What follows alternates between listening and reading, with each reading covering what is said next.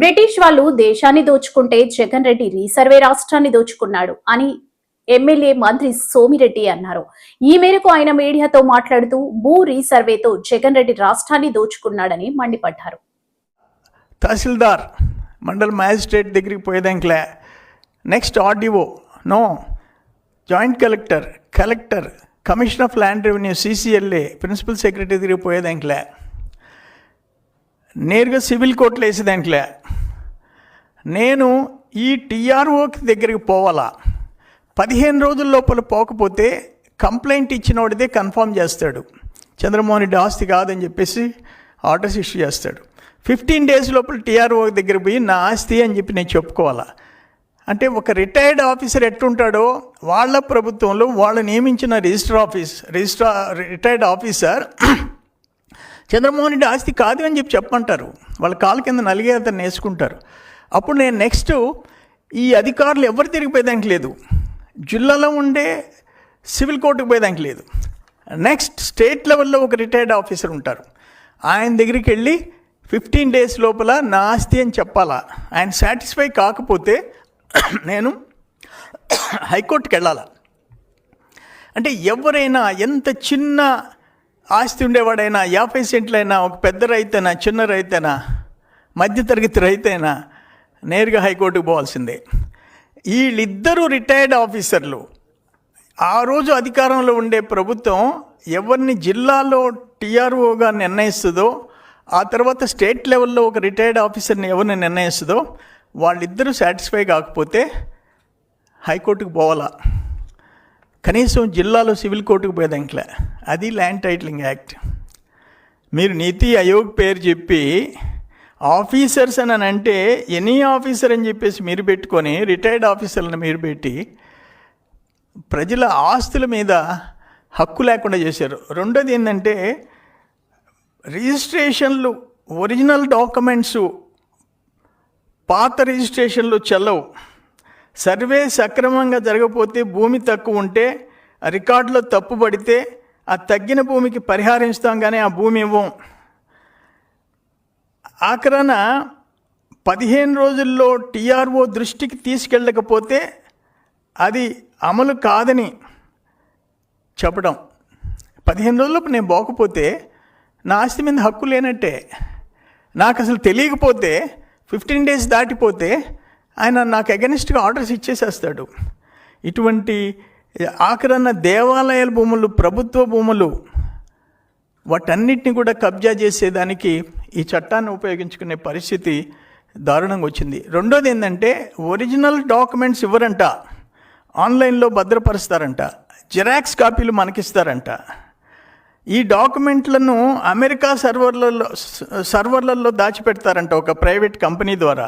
జగన్మోహన్ రెడ్డి టైంలో ధర్మాన ప్రసాదరావు గారు వీటికి సమాధానం చెప్పండి. మీరు రాజశేఖర టైంలో కూడా ఉన్నారు రెవెన్యూ మినిస్టర్గా. ఆ రోజు భూములు పందారం చేసి CBI కేసులో కూడా ఇరుక్కున్నారు అనుకుంటా. మీరు నీతులు చెప్తున్నారు. ఇంకొకటి ఏంటంటే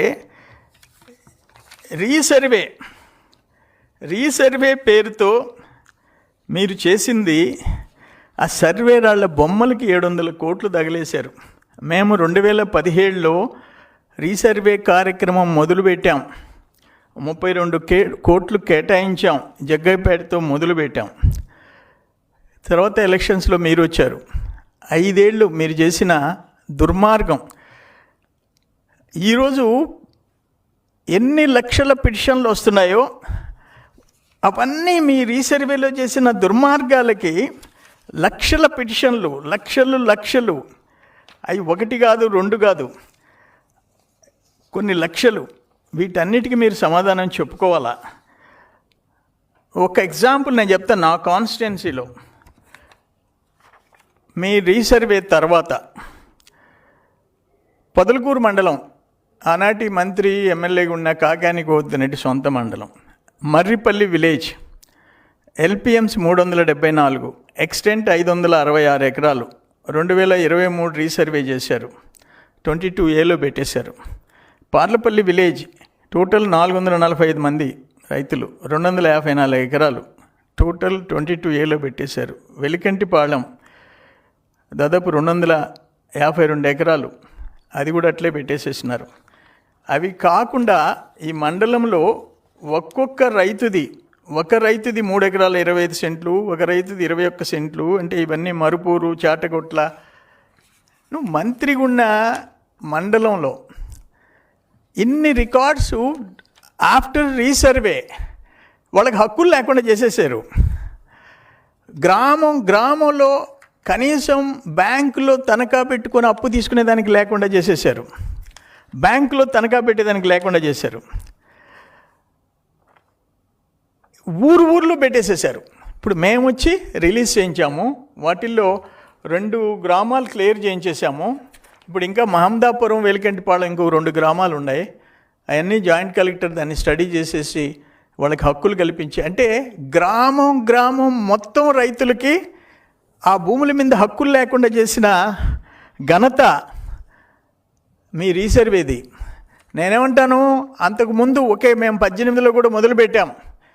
ఈవెన్ అంతకుముందు నేను 40 ఏళ్ళ నుంచి చూస్తుండా, ఎవరైనా ఆస్తి కొనుక్కోవాలంటే చలాన్ కడితే సర్వే చేసేవాళ్ళు.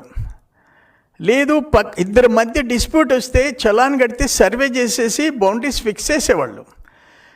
మేమే సర్వే చేస్తామని చెప్పి 100 కోట్లు రాళ్లకు పెట్టి పట్టదారు పాస్బుక్ల మీద జగన్మోహన్ రెడ్డి మా తాతల ఆస్తికి ఆయన బొమ్మలు పెట్టి దానికి కోట్ల రూపాయలు ఖర్చు పెట్టి ఎన్ని గ్రామాలు, ఎన్ని మండలాలు, రాష్ట్రం అతలాకుతలం చేసింది. ఈరోజు పీజీఆర్ఎస్లో పబ్లిక్ గ్రీవెన్స్ రెడ్రెసల్ సెల్లో